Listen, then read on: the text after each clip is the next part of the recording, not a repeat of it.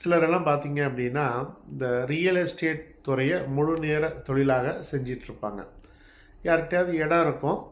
அத வந்து மற்றவர்களுக்கு வித்து 2 பக்கமும் கமிஷன் வாங்குறது அப்படிங்கிறத ஒரு தொழிலா செஞ்சிட்ருப்பாங்க. ஆனா சில நேரங்கள்ல பார்த்தீங்க அப்படின்னா, அவர்களுக்கு ஒரு எண்ணம் வரும். இப்போ இத காட்டிலும் வந்து ஒரு இடம் இருக்கு.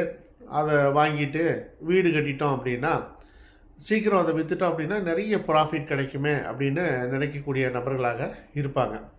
அதாவது ஜஸ்ட் எந்த விதமான முதலீடும் இல்லாம, இங்க இருக்குங்கிறத தெரிஞ்சுட்டு அங்க போய் விக்கிறது. அது வீடா இருக்கட்டும், இடமா இருக்கட்டும், அது எல்லாமே அவங்களுக்கு செட் ஆகும்.